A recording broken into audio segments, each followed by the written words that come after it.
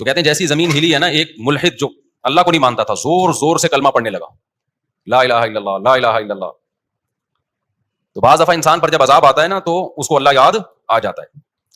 لیکن نبی صلی اللہ علیہ وسلم نے فرمایا تم اس حالت میں اللہ کو یاد رکھو جب تم خوشی کی حالت میں ہو، جس میں اللہ انسان کو یاد نہیں آتا.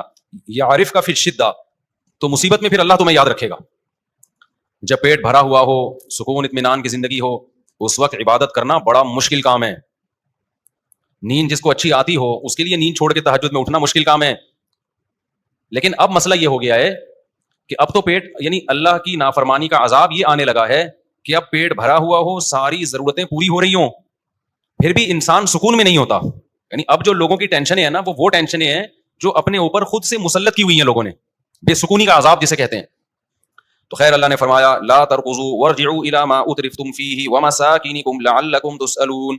اللہ فرماتے ہیں اب ایڑیاں مت لگاؤ، اب شور شرابہ مت کرو. قالوا یا ویلنا انا كنا ظالمین. اللہ فرماتے ہیں جب عذاب آتا تھا تو وہ کہتے تھے ہماری بدبختی، ہم ہی ظالم تھے. فما زالت تلك دعواهم. اللہ فرماتے ہیں اسی طرح چیخو پکار میں لگے رہتے تھے کہ اللہ معاف کر دے، ہم نے پیغمبروں کی بات کو ٹھکرا کر اپنی جان پہ ظلم کیا. لیکن اللہ فرماتے ہیں حتی جعلناہم حصیدا خامدین، ہم نے ان بستیوں کے نشانات مٹا دیے، ہمیں ترس نہیں آیا ان کے اوپر.